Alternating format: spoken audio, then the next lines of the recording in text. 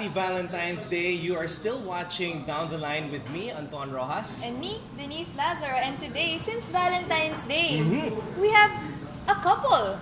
A very special couple. Yeah, balita ko, these are one of the new couples that is going around dito sa mundo ng Philippine volleyball. And we're here right now at this very exquisite restaurant, Johnny's Steak and Grill, wherein we crashed the date of this couple that we will be getting to know on the show.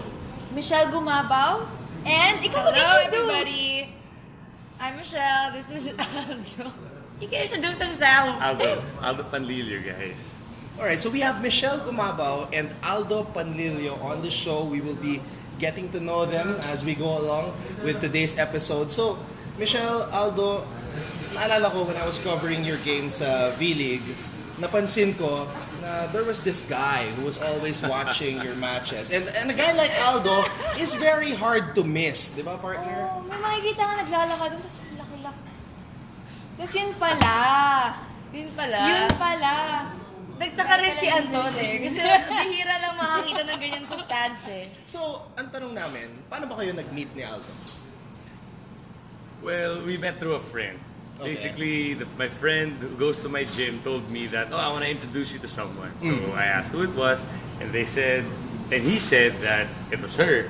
I had no idea. I don't follow volleyball or anything on social Talaga? media. So I said, who's that? Like, hindi mo Wow. kilala yun. Hindi niya ako Who's pinafollow sa that? Instagram. Who's that?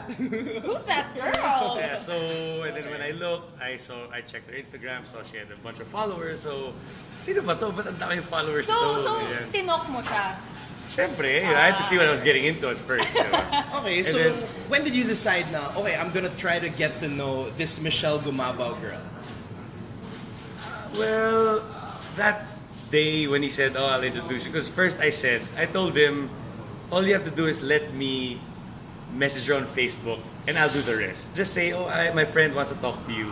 And then I don't need your help anymore. So I told him, just tell her, we'll talk na lang on Facebook. So we talked and then we set like a date with her friends and my friend at his restaurant. And from there, on a whim, I wasn't doing anything. I think it was a Thursday.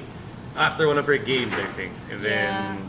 The start of V-League pa lang. Second season, no? I don't watch volleyball, so I don't know how many seasons. I don't know, but it was the start of the season. And then, my friend Pat is a super volleyball fan. So, yun, when he introduced us nga, it was right after my game. So, we won, at least. So when we had dinner after the game, that's when I invited him. I didn't see his message pa on Facebook at first. Sabi niya, snub daw ako. Kasi di ba, if we're not friends, it goes to a separate inbox. Yeah. So I didn't see it pa. So what did he So send? nice. What did he send? Forgot. He said, hi, I'm Pat's friend. Tama ba? Yeah, Not I even think- Aldo. Like, hi, I'm Pat's friend. Yeah, something like that. And then how did it start? Eh, his name's there already. Okay, but Alright, so what was your first impression of Aldo? When I met him, the first time I met him, sabi ko, he was quiet at first because it was my friends, like a group. It was my friends. My sister was there, Ate Kat, and he was just there listening to our conversations. We were talking about random stuff, so people he didn't know. So he was quiet lang at first, and then he started getting into the conversation with everybody. So at first, sabi ko, at least marunong siya makisama. Yeah. He's not. My first impression with him was he's not scared of my sister. Because everybody's like scared of... I mean, you've met that's Ate Yes, a good yes. thing. Diba? I know! You have to Kaya get nga eh. along with the siblings. Because my sister asked him a very intimidating question. Oh, what was that? What did she ask you? Sabi niya, sorry. So she said, what do you do? And then Aldo said, I have a gym. And then she was asking na, so the topic went on to, are you comfortable with your job now, with the way you're living, like that? Or are you contented? And then he said, yeah, I'm content with what I have now. So my sister said, parang, so hanggang dyan ka na lang. Parang gumano ng sister ko. Sabi niya, doesn't mean that I'm contented with what I have, that basically I just said that you can be contented now, but that doesn't mean that's all you want. Like now, right now, I'm content, but if something comes up, syempre, when you get to that level, you'll be content again and again and again and again. But it's human nature for you to want to strive for more. So, Yeah. you know, that's what I thought. And the other thing we talked about was, for example, long story short, if there's a person who used to, for example, be a kleptomaniac, and if they changed, would you still consider them a kleptomaniac if they changed? You know, we were going back and forth like, yeah, like if you're a murderer, you're gonna be one forever. Then no, but what if you change? So, you know, we went back and forth, and then it started getting more light. Like me and my friend were talking about LeBron. He's like, I hate LeBron, and then that started me. And we just went back and forth. She likes Kobe, and I hate Kobe. Also, we want to know more about you, Aldo. Kasi lahat ng tao kilala na si Michelle eh.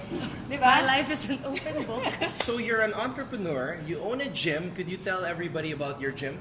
Well, basically, my gym, it's called Grindhouse.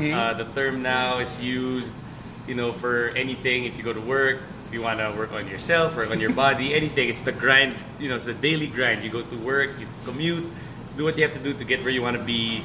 The middle process to get where you want to be is the grind. So basically, for everyone, beginners, athletes, we've had PBA team trained there. We've had Michelle trained there. So how did Michelle take it? How did she take the grind? The Eh, ikaw grindhouse? ba yung nagko-coach sa kanya?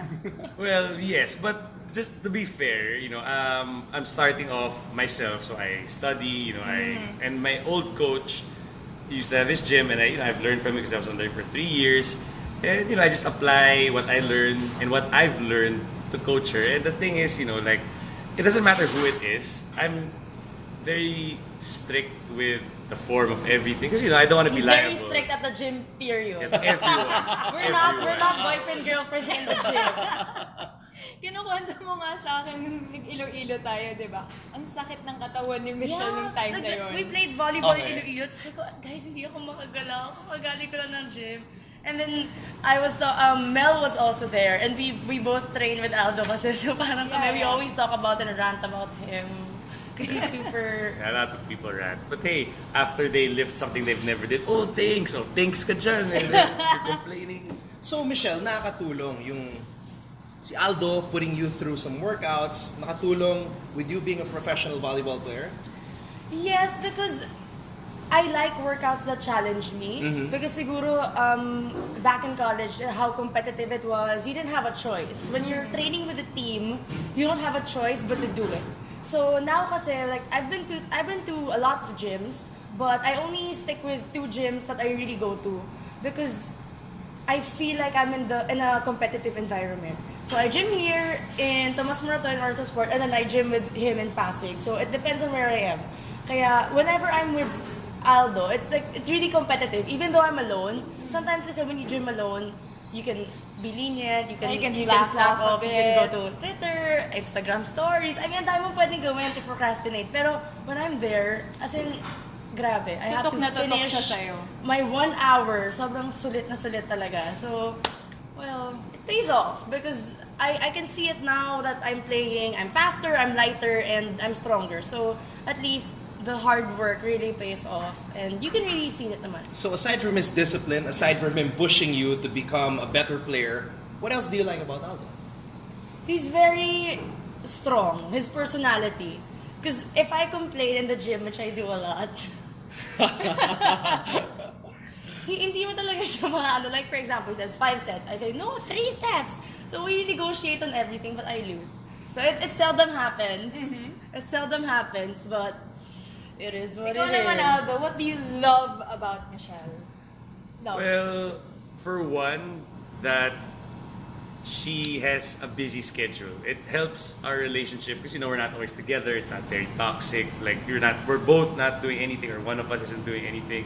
So, you know, she has her own thing, I have my own thing. So, you know, when we do see each other, you know, it's like, oh, even if it's just for a few days, like, oh, it's like I haven't seen you in a while because, you know, we're both busy.